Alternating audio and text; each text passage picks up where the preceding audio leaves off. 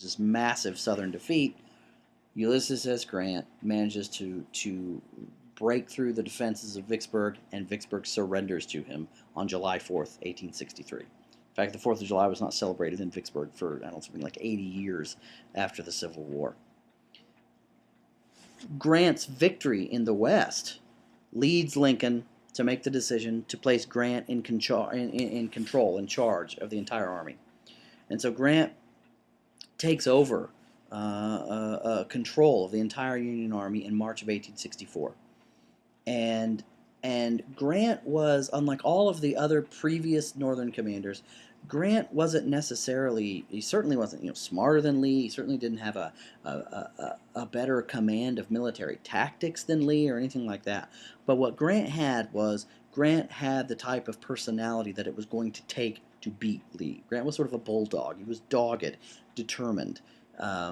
He was sort of very much sort of set in his ways and was not going to be deterred. Whereas all the other previous commanders would sort of say, talk a big game about how they were going to take the war to Lee. They'd get beat once and then they'd turn around sort of with their tail between their legs and head back to Washington. Grant was not that way. It did not. Grant said that no matter what happened to him, he was going to take the war to Lee. And no matter what happened when he fought Lee, if win, lose, or draw, the next day the nose of his horse would still be pointed at Richmond, Virginia, as opposed to sort of retreating. There would be no retreat. And the thing that Grant had, again, he was sort of accused of being a butcher. In fact, Mary Todd Lincoln gave a newspaper interview where she referred to him as a butcher.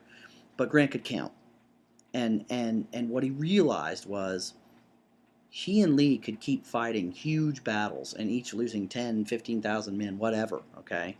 5,000, 6,000, and Grant could replace those men. He had thousands and thousands of more men back in the North, but Lee could not. Okay, and sooner or later, if they just kept fighting him, sooner or later Robert E. Lee was going to run out of men. And so Grant puts this change in strategy into effect, and within just sort of 2 months after he takes command, okay,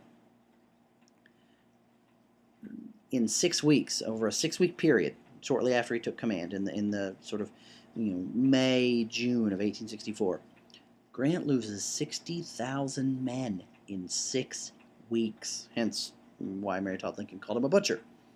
Lee lost 30,000, but that 30,000 was more than half of Lee's army. Grant still had another 60,000 men in his army. Lee had something like 15,000 left at that point.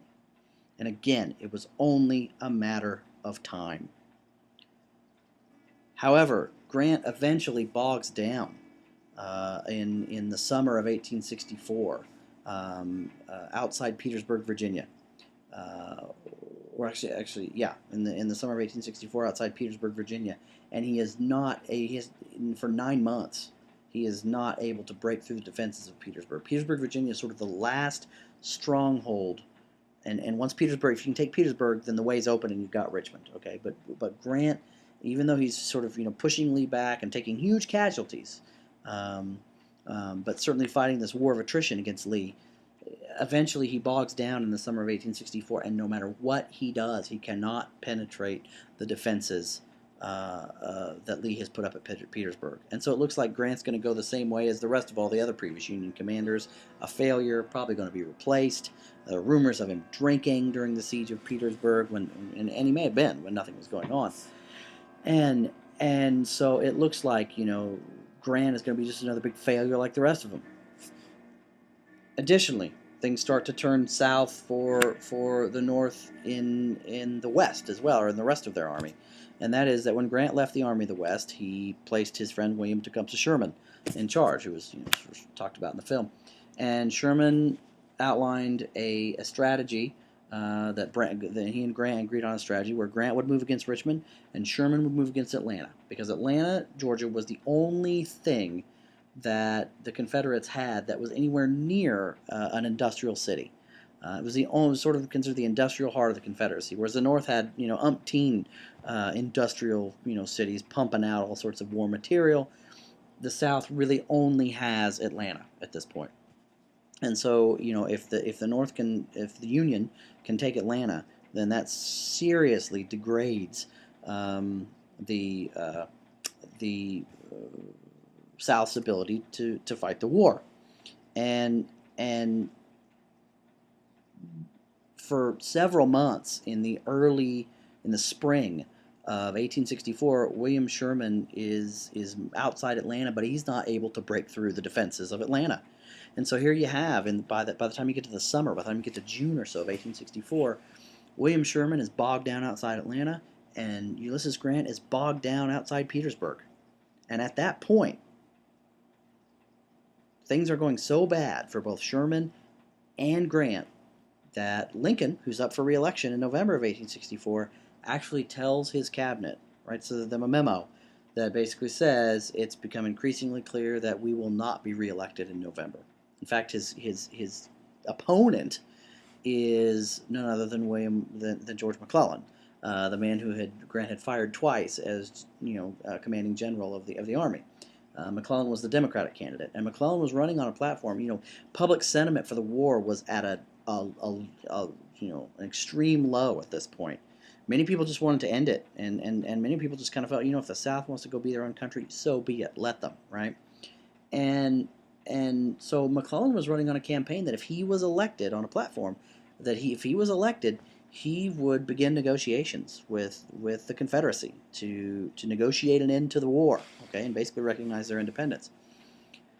And it looked like that was going to win because public sentiment was at such a low point because of both Grant and Sherman's failures to break through Atlanta and Petersburg. Finally, in late June of 1864, William Sherman breaks through the defenses of Atlanta and burns the city to the ground. And news of Sherman's victory at Atlanta and then his subsequent march to the sea, which is what he did after Atlanta, was he turned north. Sherman sort of employed the logic that this war began in South Carolina, being the first one to secede, and he was going to take the war to South Carolina. And Sherman goes through Georgia and through South Carolina, and every plantation he comes to, he takes whatever livestock he and his men need, kills the rest of the animals, and burns the entire plantation to the ground.